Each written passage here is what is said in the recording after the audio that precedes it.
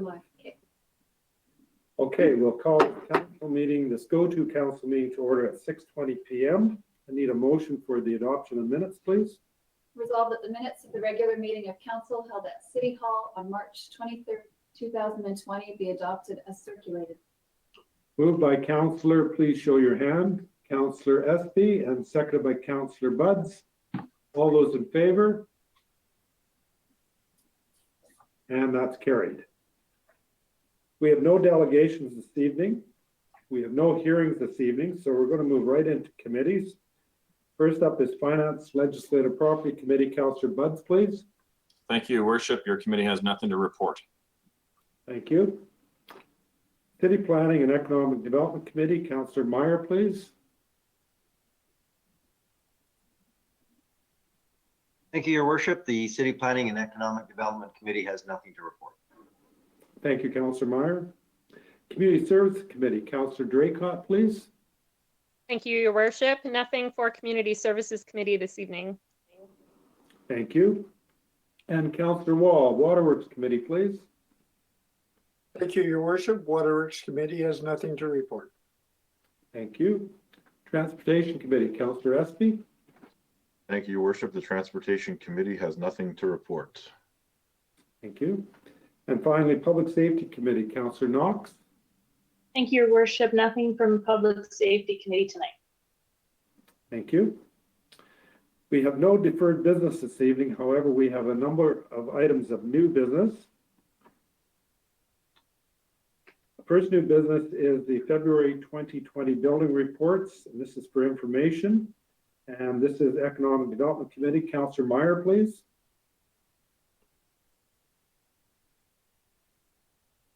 I'm sorry, Your Worship. I'm just having a bit of a freeze up here on the screen, but I would assume we're talking about the planning reports.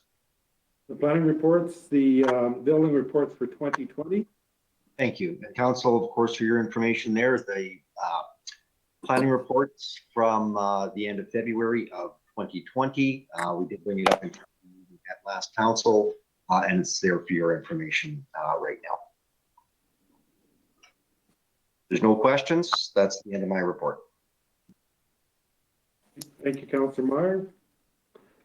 The next item is the first reading of bylaw 20-8707. This is for PC 17-20. This is city zoning bylaw amendment. And this is Councillor Meyer. This item is yours also. Thank you, Your Worship. And on behalf of the Planning and Economic Development Committee, Council, this is for a rezone application for Paramount Investment Corporation, property located at 19 15th Street Southwest, Lot 175, Plan 15 in the city of Portage. So the issue right now is just to commence the first reading for the zoning amendment process by rezoning the above listed property from R1 residential to an R2 residential two-family zone. And then, of course, by giving the bylaw number 20-8707 first reading of council so chooses. The background is the property in question, which is lot 175, Plan 15 in the parish of Portage la Prairie, is presently zoned R1 or residential single family. The applicants, Paramount Investment Corporation, wishes to rezone this property to an R2 residential single family. For your information, the Portage la Prairie Development Plan states the following. There's a number of references referencing the house mix and affordability, the housing supply, the infill development, and there is a sketch attached to your package that shows exactly the location in addition to the actual reading of the bylaw. So it says in cases where properties differ from the prevailing patterns of lot size or configuration and orientation, it may not be possible to provide the same site standards and pattern of development in these infill projects as exist in the surrounding neighborhood. The application will be circulated to the province for review and then comment after first reading. So as per section 74(1) of the Planning Act, council shall indicate its intention to enact a zoning bylaw amendment by giving first reading and proceed with public notice as set up in section 168. The first reading of bylaw number 20-8707 will commence the process as defined in the Planning Act in considering this application. So it's the recommendation of this committee and the administration And I so move that the council of the city of Portage la Prairie give bylaw number 20-8707 first reading and provide public notices as defined in section 168 of the Planning Act. Moved by Councillor Meyer and seconded by Councillor Buds. Any questions or comments on the motion? Okay, all those in favor of the motion? And that's carried. That's the end of my report. Thank you, Councillor Meyer. Next item of new business is the closure of city facilities, playgrounds, picnic shelters due to the COVID-19. And this is from the Community Services Committee. Councillor Draycott, please. Thank you, Your Worship. So this evening, we do have the opportunity to approve the temporary closure of our city facilities, playgrounds, and picnic shelters. Administration has recently enacted a number of preventative measures aimed at helping to slow the spread of COVID-19 and to minimize the impact on our healthcare and in our community. With the city's top priority being the health and safety of employees and the public while maintaining our essential services, some facilities were closed to the public on March 13th, 2020. Those included the operations department, the water treatment plant, wastewater treatment plant, and the fire department. As of March 18th, 2020, City Hall closed to the public as well. Effective on March 25th, 2020, access to all city-maintained playground equipment, including outdoor fitness equipment, was prohibited. Gathering in any picnic shelters or bandstand in Island Park are also prohibited until further notice. Administration has authorized employees to work from home if possible and advertised alternative methods of doing business such as online or by phone or by mail. Signage has been placed on all of our facilities, playgrounds, and outdoor fitness equipment. Administration is closely monitoring the ongoing COVID-19 pandemic and will update operations as necessary. The PRRA will not be opening Rotary Public of Manitoba Park or Beaver Stadium at this time. Although the fields and the diamonds are not physically closed off, the PRRA is asking the community to respect the closures and refrain from gathering in those locations. A council resolution is required in order to close any municipal facilities or spaces, including play structures located on municipal property. So this evening, it is administrative recommendation that the City Council of City of Portage la Prairie approve the temporary closure of the city facilities, playgrounds, and picnic shelters, as well as the reopening of same when deemed safe to do so by administration. And I so move. Moved by Councillor Draycott and second Councillor Knox. Any questions or comments on the motion? Okay, seeing no questions, all those in favor of the motion? And that's carried. Next item of new business, the tender award for a single axle dump truck, and this is the Transportation Committee. Councillor Espy, please.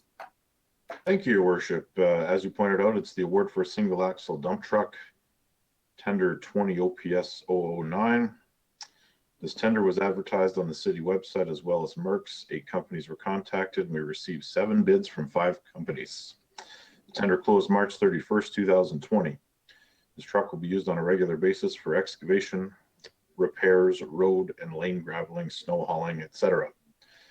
One submission was disqualified for not meeting the dumping capability specification of 70 degrees. They also did not offer a trade-in price of the city's current truck. The budgeted amount from the approved capital for this purchase is $120,000, including tax. Inland Kenworth submitted tender met all specifications asked for the tender package. The tender price, including the trade-in of the 2010 Kenworth T370 net of GST, is $111,884.65. This is approximately $8,000 under budget. It is the administrative recommendation that the Council of the City of Portage la Prairie award the tender for the supply of a single axle dump truck as specified in tender 20 OPS 009 to Inland Kenworth for the tendered price of $137,208.96 and accept the trade-in price of $20,000 for a net cost of $117,208.96, including all applicable taxes. And I so move. Moved by Councillor Espy and seconded by Councillor Meyer. Any questions or comments on the motion? All those in favor of the motion? And that's carried. And the next item of new business is also transportation, and this is the tender award for supply of a backhoe. Councillor Espy, please. Thank you, Your Worship. Very similar item. This tender was advertised on the city website, as well as Merck's. 5 companies were contacted, and we received 5 bids from 4 companies. The tender closed on March 31st, 2020. This backhoe will be used on a regular basis for excavations, excavation repairs, road and lane work, cemetery graves, snow removal, etc. The budgeted amount from the approved capital for this purchase is $172,500, including tax. Inland Brandt Tractors submitted tender met all specifications asked for the tender package. The tender price, including the trade-in of the 2009 Case Super M backhoe, net of GST, is $114,947.66. This is approximately $57,000 under budget. It is the administrative recommendation that the Council of the City of Portage la Prairie award the tender for the supply of a backhoe as specified in tender 20 OPS 010 to Brandt Tractor for the tendered price of $156,954.56 and accept the trade-in price of $35,000 for a net cost of $121,954.56, including all applicable taxes. And I so move. Moved by Councillor Espy and seconded by Councillor Meyer. Any questions or comments on the motion? All those in favor of the motion? And that's carried. And our final item of new business is the financial assistance measures due to COVID-19 impact. And this is Finance Committee. Councillor Budds, please. Thank you, Worship. Tonight for Council's consideration, we have a report from administration that has done a fantastic job of putting together a comprehensive review of some of the assistance measures that the city could consider. And those would be measures to assist our taxpayers and our customers due to the ongoing COVID-19 pandemic. And so for Council's review, some background, Canadian cities are implementing financial assistance measures, and they range from tax referral payments, utility deferrals, etc. And so some large cities have already taken this stance in Ottawa, Edmonton, Lethbridge, etc. Utility bill deferrals and waiving late penalties are also being implemented. There are several Manitoba cities that are either considering or have already done such things. We are expecting the city of Brandon and Winnipeg, and I know there has been some announcements done recently. So there are varying tax payment due dates across the province. And so we are now considering some financial assistance measures that cover several different areas. I'll start with our tax payment deferral option. So I think many of you are aware that our due date for taxes is July 31st. Taxpayers needing to have further time to pay their 2020 taxes will now be allowed to pay them up to October 31st without penalty or charges. And for taxes paid by July 31st, the city will commence paying school taxes collected in August as regulated by the Provincial Public Schools Act, and then pay school taxes collected for each month after that. And it should be noted we've collected $2.3 million in prepaid tip payments to date. So that is the option that taxpayers have to make payments on a monthly basis. As I mentioned earlier, some municipalities are also looking at utility payment deferrals, and so are we. Customers' utility bills are regularly due 30 days after the bill is received. This option is an extension of another 60 days for a total of 90 days to allow those impacted further to pay their bills without penalty or charge. So just another extension, this time being on the utility bill. Any other fees and charges? So the city will be waiving all late or return payment fees, interest for late payments for any taxpayer or customer who pays bills within 90 days. Utility bills overdue beyond 90 days will be added to the property tax owner's account, and action will be taken when the bill is about 45 days overdue. So again, addressing fees and charges and penalties. There's always those ad hoc situations that may arise, and we will continue to work with every homeowner, every customer, anyone within the city will continue to work with this. And again, I'd like to applaud the work put forward by management to deal with these types of things. The city will begin implementing 2-hour free parking in its downtown in April by removing the meters, which has been a news story that we're continuing to work on. And until further notice, any parking tickets issued can be fully paid for the $10 early discount fee. So all of this does come with an impact to our city, and these financial measures will come with a cost. The city will rely on its healthy reserve funds of over $37 million to manage its significant cash flow changes from these deferral payment options, as well as use cost-cutting measures and natural delays in some of our 2020 projects in order to fund the estimated $120,000 in costs for these measures. The city is fortunate to be able to help those that need assistance in this time of crisis. And the city, its residents and customers are all in this situation together, and we are all doing our part to help us overcome what is hoped to be a shorter-term crisis. There is no application process for taxpayers or customers to use the 90-day payment deferral option. I think that's very important. There is no application process, so we expect only those that need to use this to do so. We'll continue to encourage our taxpayers and customers to use electronic options to pay their accounts with the city. And in the coming days, we expect to launch further electronic payment services and information to the public regarding these services. So a couple of points I think I just wanted to highlight again is that there is a lot of relief outlined here. We have the financial capacity to do this without a dramatic impact. We will be taking steps to offset some of the costs that we will incur, and that there is no application process for taxpayers. So it is a recommendation of your committee, and I so move that the Council of the City of Portage la Prairie approve a 90-day payment deferral options for 2020 tax bills, utility bills, and that any fees, charges, and late payment penalties associated with these billings be waived for the same time period. Moved by Councillor Buds and seconded by Councillor Espy. Questions or comments on the motion?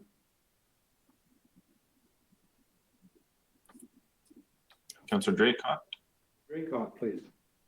Thank you, Your Worship. Probably a question back to administration. I know a lot of people do like to take advantage of our TIP program. And if somebody is found that they are no longer able to use the TIP program due to a job loss, and they would like to get back on that program after the October 31st deadline for taxes, will we be making adjustments for next year's taxes in order for those people to be accommodated by that TIP program with a more aggressive payment plan? Or have we looked at what that looks like for the following year for people wanting to jump back on that program? Through your worship, I'd like to refer this question to Ms. McFarland, if she's able to answer. We've talked about that already, and that would come under the ad hoc area. We will work with any taxpayer to try to make the situation work for them. So if they need to remove themselves from TIPS now or weren't on TIPS, and all we ask is by the end of this year that they do pay this year's taxes. And if they need to work out something for accelerating a payment, we really would do that on a very customized basis. Perfect, thank you. Other questions or comments on the motion?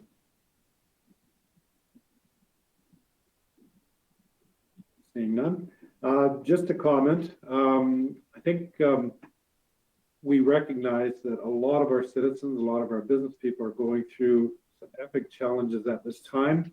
And as Councillor Buds mentioned, I want to thank our staff for all the work they've putting this package together. This will be much needed by some of our citizens, and I'm very pleased to support this motion. Not seeing any other further comments or questions on the motion. All those in favor of the motion? And that's carried.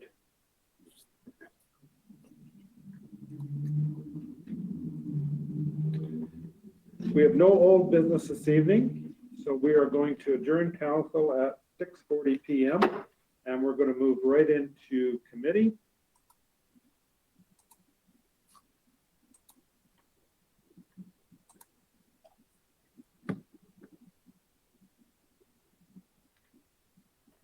Call committee to order at 6:40 PM. First up is Finance and Legislative Property Committee. Councillor Buds, please.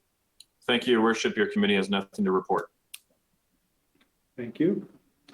City Planning and Economic Development Committee, Councillor Meyer. Thank you, Your Worship. The City Planning and Economic Development Committee has nothing to report. Thank you. Community Service Committee, Councillor Draycott, please. Thank you, Your Worship. Nothing for Community Services Committee this evening. Thank you. And Councillor Wall, Waterworks Committee, please. Waterworks Committee has nothing to report, Your Worship. Thank you. The Transportation Committee, Councillor Espy, please. Thank you, Your Worship. The Transportation Committee has nothing to report. Thank you. And finally, Public Safety Committee, Councillor Knox. Thank you, Your Worship. As we know, since our last council meeting, our province has entered into a public health order that was issued by our Chief Provincial Public Health Officer that deals with groups of less than 10 and non-essential businesses. I just would like to talk to Chief Carpenter a bit, if he could maybe talk about how enforcement of those orders happens in our community, because we've had questions from citizens. So if he could comment on that, that would be great. So with enforcement, as you mentioned, with gathering of more than 10 people or non-essential businesses and even essential businesses, the RCMP will be going at it as an educational component, trying to educate them, but will have the ability to enforce. Public health inspectors also will have the authority to do that same enforcement. If they see the gatherings of people or the non-essential businesses operating or essential businesses not operating in a proper fashion. Other provincial offenses officers will have the same capability to enforce those fines through the Provincial Health Act. Is basically what I have to offer. Thank you. So I guess advice would be to our citizens is to not to do any intervening themselves, is to make calls to proper authorities for them to make those judgment calls as to what needs to be dealt with.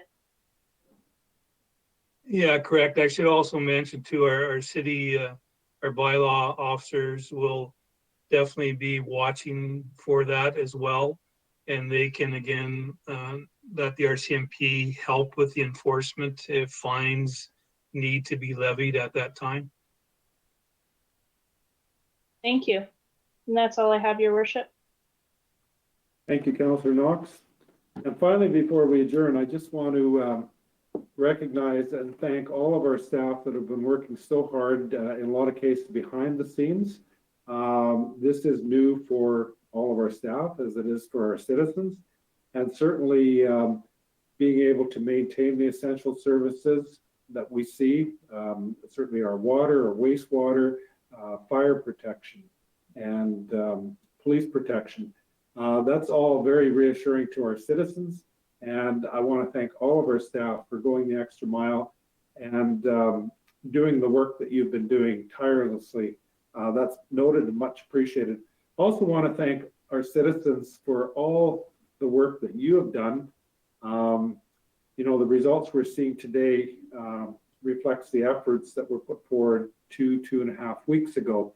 The numbers appear to be somewhat encouraging, and I would certainly ask everybody to keep on doing what we've been doing, which is staying home, taking those steps that we know medical personnel tell us they will be effective, and so far they seem to be. So I want to thank everybody for taking the steps to protect our community. And with that, committee is adjourned at 6:45 p.m. Okay. Good.